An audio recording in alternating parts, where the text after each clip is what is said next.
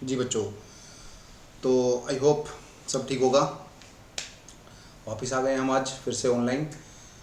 प्यारे बच्चों, आज हम स्टार्ट करने वाले हैं केमिकल रिएक्शंस एंड इक्वेशंस। ये क्लास 10th का बहुत ही प्यारा सा चैप्टर है, बेसिक सा चैप्टर है बेसिकली। और इस चैप्टर के अंदर हम केमिकल रिएक्शंस, इक्वेशंस और बहुत सारी चीज़ें पढ़ने वाले हैं भैया।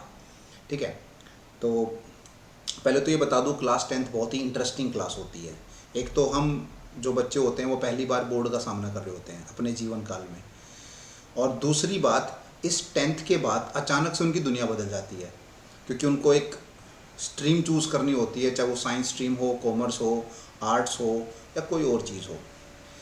तो अभी जो बच्चे नए आए हैं 10th क्लास के अंदर, उनको अभी कोई टेंशन लेने की ज़रूरत नहीं है। आप आराम से 10th क्लास पे फोकस करें, ठीक है।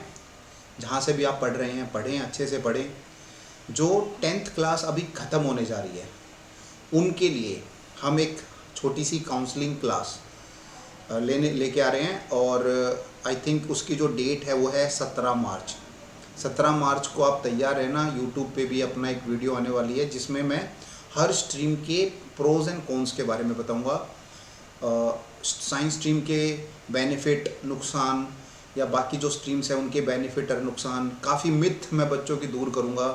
जैसे कि क्या मेडिकल के अंदर हमारे पास सिर्फ MBBS ही एक ऑप्शन रहता है?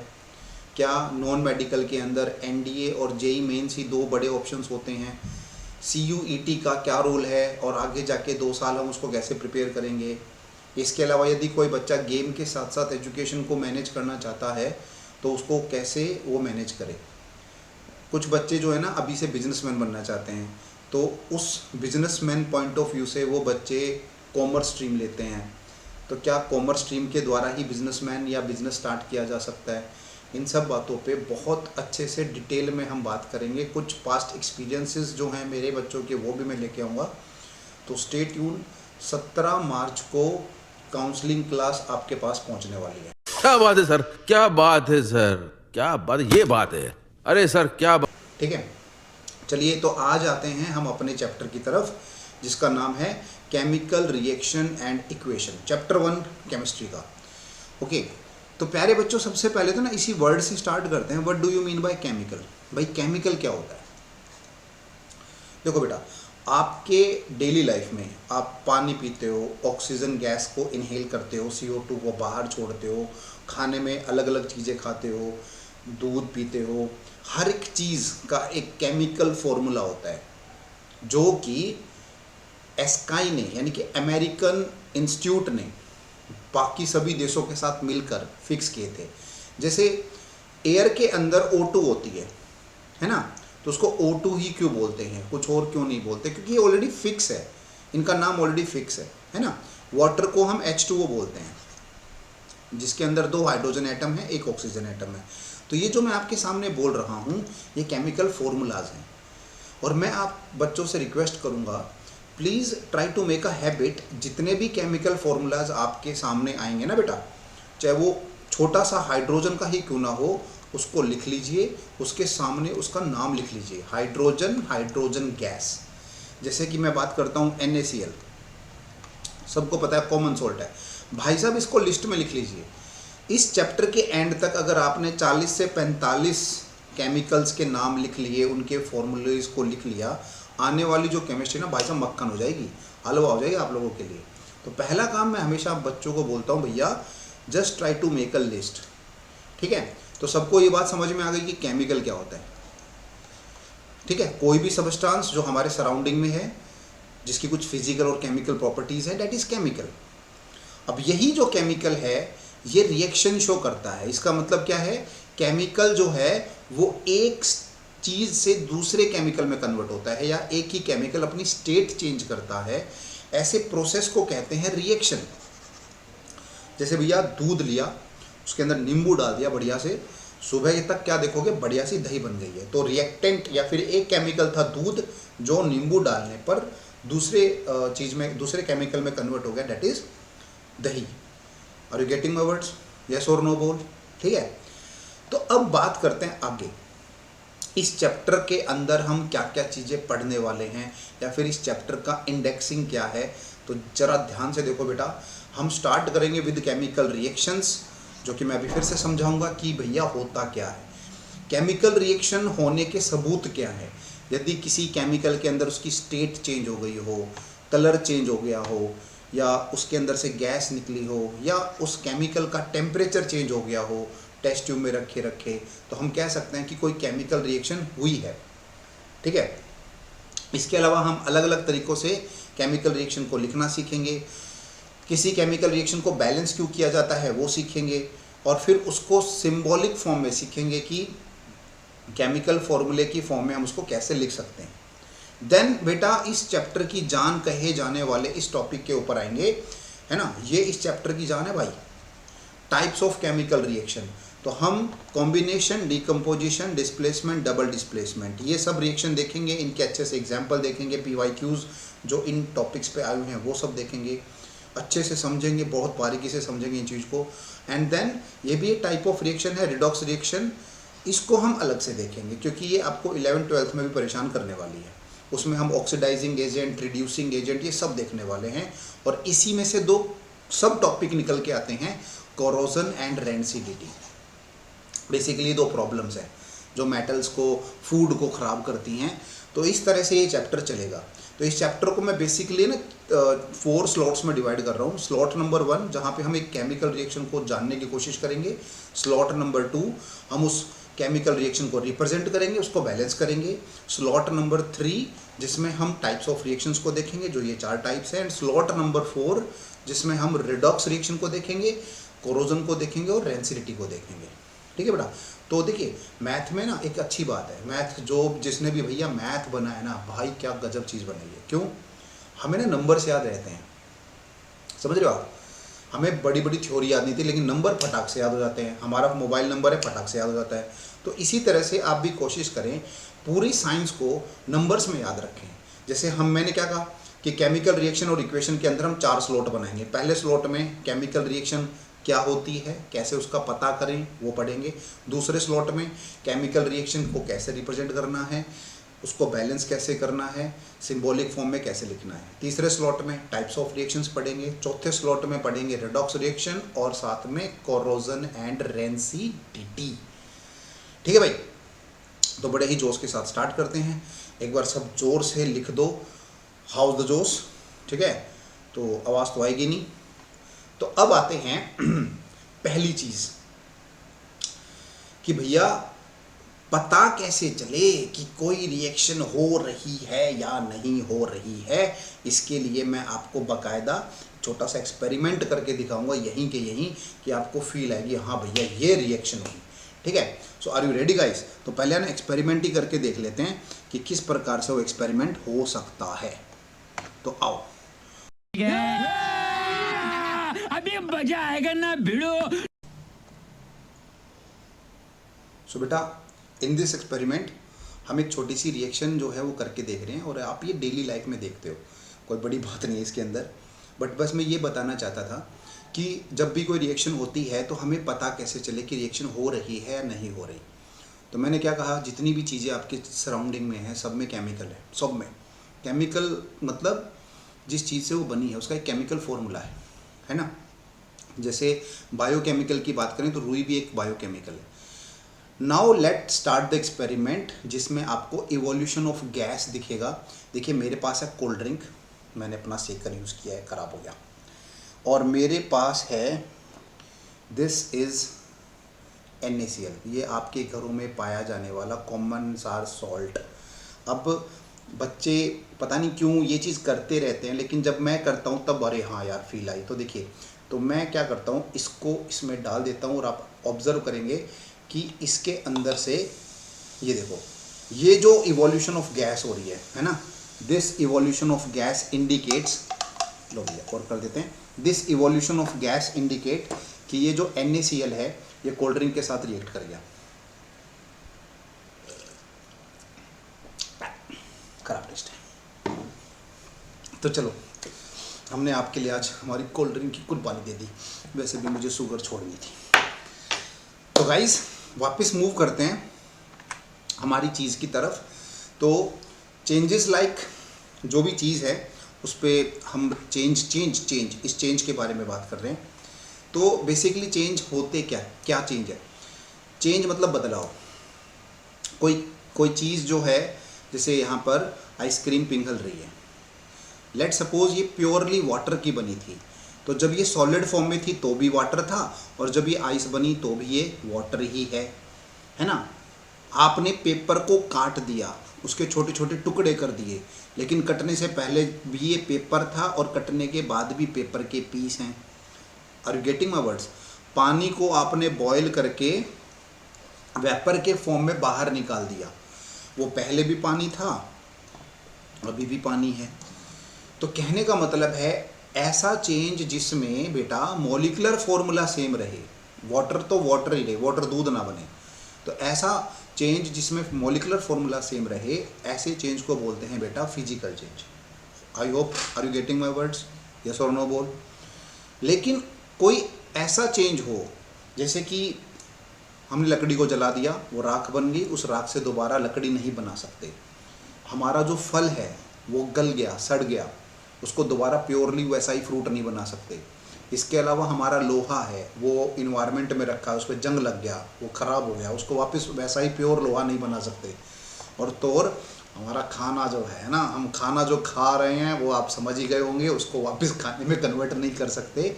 All these changes are indicate chemical change. मेरे ख्याल से आपको बात समझ में आ गई होगी भैया, कोई बड़ी बात नहीं थी। फिजिकल चेंज में जिसमें मॉलिक्यूलर फॉर्मूला सेम रहे, केमिकल चेंज जिसमें केमिकल फॉर्मूला चेंज हो जाए, कोई नई चीज़ बन जाए, उसको बोलते हैं chemical change. Are you getting my words? अब जब भी कोई फिजिकल या केमिकल चेंज होता है तो एटम्स के बीच के जो बॉन्ड है वो टूटते हैं और नए बॉन्ड बनते हैं। ये मैं डीपली बताऊंगा, अभी रिएक्शन जब स्टार्ट होंगी सारी बातें बताऊंगा। तो जब भी कोई नई चीज़ बनती है या सब्सटेंस अपनी स्टेट को चेंज करता है तो उस प्रोसेस को बोलते हैं रिएक्शन। और अगर कोई नई चीज़ बनी है, कोई नया केमिकल बना है, तो उसको बोलते हैं केमिकल रिएक्शन। ठीक है बेटा, तो फिर से एक बार रिकैप करते हैं। हमारे पास दो प्रकार के चेंजेस आते हैं, physical change and chemical change. Physical change जिसमें कि नया केमिकल ना बने, उसका जो केमिकल फॉर्मूला है इट रिमेन सेम। और केमिकल चेंज वो होता है जिसके अंदर नया केमिकल बन जाए। ठीक है, लकड़ी से राख, ओके, प्याज का या टमाटर का या फ्रूट का ख़राब हो जाना जब वो बहुत टाइम तक रखते हैं, रस्टिंग ऑफ आयरन, बहुत से ऐसे हैं जो अभी आपको धीरे धीरे इस चैप्टर के अंदर देखने को मिलेंगे। तो आइए आगे बढ़ते हैं। अब यहाँ पर हम एक एक्टिविटी, ये आपकी एनसीईआरटी के अंदर दे रखी है बेटा, साथ साथ में समझाते हुए चलूँगा, बड़ा मज़ा आने वाला है भाई। हम ये देखना चाहते हैं कि कोई केमिकल चेंज अगर हो रहा है तो वो कैसे हो रहा है। तो बेटा देखिए, एक सिंपल सा एम है यहाँ पे, मैं पहले डायग्राम से समझाता हूँ। देखो बेटा, इस चीज़ को बोलते हैं बंसन बर्नर, है ना। बंसन बर्नर मतलब यहाँ से आग निकल के आएगी। और ये जो हाथ है, इस हाथ के अंदर ये जो आपको ये रिबन सा दिख रहा है, ये रिबन, ये मैग्नीशियम का बना हुआ है। मैग्नीशियम का एटॉमिक नंबर होता है बेटा 12। साथ साथ लिखते हुए चलेंगे। इसका एटॉमिक नंबर 12 होता है। इसके पहले शेल में 2 इलेक्ट्रॉन, दूसरे में 8 और तीसरे में 2 होते हैं। ठीक है बेटा, तो ये जो मैग्नीशियम है एक मेटल है। क्या है भाई साहब? ये मेटल। अब इसको जलाएंगे आग के साथ। अब क्या होगा, हमने एक वॉच ग्लास का मतलब है देख रहे हैं, ऑब्जर्वेशन के लिए प्लेट ले रखी है, तो वहाँ क्या हो रहा है, वहाँ पे ना सफ़ेद कलर की राख पड़ रही है, सफ़ेद कलर की राख जो है ना, और वो राख किस चीज़ की है? मैग्नीशियम ऑक्साइड की है। यानी कि यहाँ पे हो क्या रहा है, मैग्नीशियम को तुम बर्न कर रहे हो और ये भाई साहब बदल रहा है MgO के अंदर। ठीक है, तो इसको बोलते हैं एक रिएक्शन का होना। MgO2 पहले अलग अलग थे, 2 भाइयों की तरफ जुदा थे, लेकिन फिर कुंभ के मेले में आपस में मिल गए। वो कुंभ का मेला था एक केमिकल रिएक्शन। तो देखो ये भैया मिल गए यहाँ पे, ये केमिकल रिएक्शन हो गई। तो सर हमें क्या पता, हमें कैसे पता भाई? यहाँ पर जो है ये वाइट कलर के फ्यूम्स और वाइट कलर का जो ये पाउडर है ये बना रहा है। ओके, तो वॉच ग्लास पे एक वाइट कलर का जो है पाउडर इकट्ठा हो जाएगा जो MgO को शो करता है। बेटा इस पे क्वेश्चन आए थे CBSE में, तो हल्के में मत लेना भैया, बहुत ही इम्पोर्टेंट टॉपिक है हमारा ये। तो इस एक्टिविटी में कुछ नहीं, मैग्नीशियम रिबन लिया जो मैग्नीशियम का बना है, बर्नर है, स्प्रिट लैंप है जो जलाएगा, टोंग यानी कि जिससे हमने मैग्नीशियम रिबन को पकड़ा हुआ है। मैग्नीशियम एक रिएक्टिव सब्सटेंस है, इसलिए हमने इसको टोंग की मदद से पकड़ा हुआ है। वॉच ग्लास जो प्लेट है, प्लाट कह रहा हूँ। प्रोसीजर सिंपल है, पकड़ा, जला दिया, ले, है ना। ऑब्जर्वेशन में क्या देखा कि मैग्नीशियम रिबन जो है वो डेजलिंग वाइट फ्लेम प्रोड्यूस करता है। डेजलिंग मतलब ये चमकदार, है ना, और वो वाइट पाउडर में कन्वर्ट हो जाता है, जिसका फॉर्मूला होता है मैग्नीशियम ऑक्साइड। फिर से समझ लो भैया, बहुत इंपॉर्टेंट एक्टिविटी है। ये लिया मैग्नीशियम का रबन, ये जलाया, जलाते ही वाइट पाउडर प्रोड्यूस हुआ, ठीक है। वाइट पाउडर किसका है? मैग्नीशियम ऑक्साइड का है। और साथ ही साथ जो फ्लेम है ना वो भी डेजलिंग वाइट हो गई।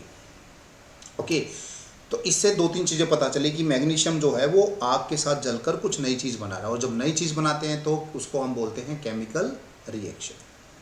चलो शाबाश। Next activity number 2। आय हाय, है ना, जग पीला पीला लगे। तो देखो ये जो ट्रांसपेरेंट जो चीज़ है ना भाई, ये जो ट्रांसपेरेंट चीज़ है ये कौन है? ये है आपकी लेड नाइट्रेट।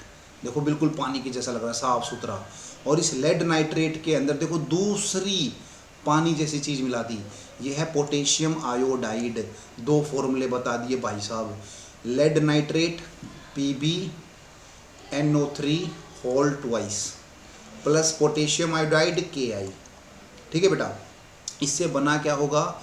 इससे बना है लेड आयोडाइड प्लस KNO3। अब एक और बात है, जो बच्चे 9th से अभी 10th में आए ना वो एकदम से हिल जाएंगे, अरे बाबा ये क्या फॉर्मूले सर लिखवा रहे हैं, ये हमें नहीं पता कैसे बनाते हैं। मैं सिखाऊंगा ना, जस्ट वेट कर तू, मैं सिखाऊंगा, टेंशन नहीं लेने का। ये फॉर्मूले कैसे बनते हैं, वैलेंसी क्या होती है, सारी बात बताऊंगा। बस अभी तुम इस चीज़ का मजा लो कि ये दो केमिकल हैं, chemical A lead nitrate, chemical B potassium iodide, दोनों को मिलाया तो बना लेड आयोडाइड और पोटेशियम नाइट्रेट। ठीक है, तो इसमें क्या हुआ, दोनों देखो पानी जैसे थे, ये भी ट्रांसपेरेंट था, ये भी ट्रांसपेरेंट था, लेकिन इसके अंदर डालते ही, अभी एक्सपेरिमेंट हम ये लैब में करेंगे जाके, डालते ही भाई साहब ये येलो कलर का हो गया। तो केमिकल का क्या चेंज हो गया? कलर। अच्छा, पहले केस में क्या हो रहा था? एक पाउडर फॉर्म में वो हो रहा था ना, इसमें क्या हो रहा है? केमिकल का कलर ही चेंज हो रहा है। तो ये दूसरी इंडिकेशन है बेटा कि रिएक्शन हो रही है। मान लो ये पानी था, ये भी पानी जैसा था, दोनों को मिलाया पानी ही जैसा रहा, रिएक्शन तब भी हो सकती है। लेकिन यहाँ तो साफ साफ पता लग रहा है भैया कुछ तो हुआ है। तो इस एक्टिविटी के अंदर हम डिटेल में अगर जाएं तो दो टेस्ट ट्यूब्स के अंदर दो केमिकल लिए, लेड नाइट्रेट और पोटेशियम आयोडाइड, दोनों को मिलाया तो बना लेड आयोडाइड जो कि येलो कलर का होता है। इसमें एक चीज़ आई है बेटा अभी प्रेसिपिटेशन क्या है? देखो, एक ऐसा सब्सटेंस जो पानी में डिजोल्व नहीं होता, जिलेटिनियस सब्सटेंस है, जेली लाइक लग रहा है, ऐसे सब्सटेंस को बोलते हैं प्रेसिपिटेट। और जिस रिएक्शन में ये बनता है उसको बोलते हैं प्रेसिपिटेशन रिएक्शन। ठीक है बेटा, आई होप आपको समझ में आ गई। बोल शंकर भगवान की। हाँ, एक्टिविटी 3। अब आप सोच रहे यार दिनेश सर तो पागल हो गए, एक्टिविटी पे एक्टिविटी क्या जा रही है भैया। इस चैप्टर से आएगा ही ऐसा क्वेश्चन, कोई ऐसे नहीं कराता।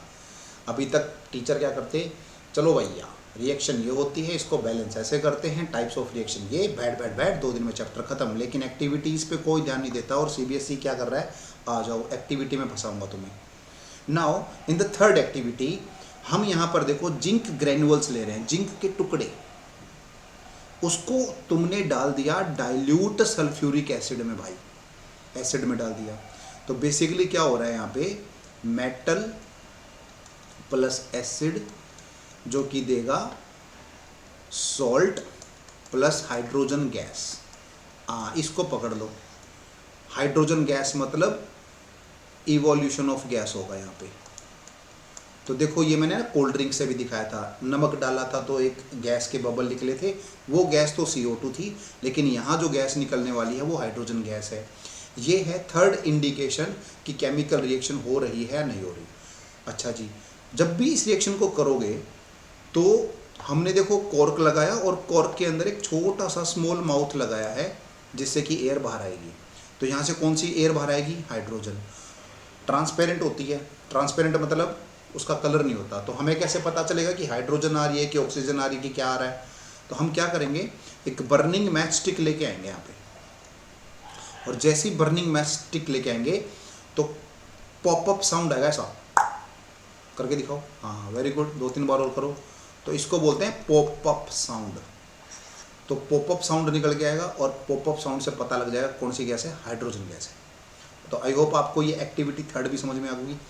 एक्टिविटी थर्ड में क्या किया था, हमने एसिड के अंदर जिंक मेटल्स को डाला, दोनों के अंदर रिएक्शन हुई, रिएक्शन होने पर कौन सी गैस प्रोड्यूस हुई भाई साहब, हाइड्रोजन गैस। हाइड्रोजन गैस के पास यदि हम बर्निंग मैच स्टिक लेके आते हैं, it will produce popup sound. फिर से करके देखिए, ये बात ठीक है। आगे चलते हैं। तो प्यारे बच्चों, अभी तक हमने इन एक्टिविटीज से ये देखा कि केमिकल का कलर चेंज हो जाता है जब उसको दूसरे केमिकल में डाला जाता है ना।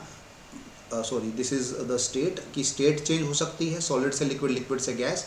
कलर चेंज हो सकता है, जैसे पोटेशियम आयोडाइड की वजह से हुआ था। इवोल्यूशन ऑफ गैस हो सकती है, CO2 गैस प्रोड्यूस हो सकती है, हाइड्रोजन गैस प्रोड्यूस हो सकती है। और साथ ही साथ एक और रिएक्शन है चेंज इन टेम्परेचर वाली, वो भी बता देता हूँ। जैसे कभी तुम एसिड प्लस बेस की रिएक्शन करोगे लैब में मेरे साथ, एसिड कोई भी ले लो, HCl ले लो, बेस कोई ले लो, NaH ले लो, ये बनेगा सॉल्ट प्लस वाटर।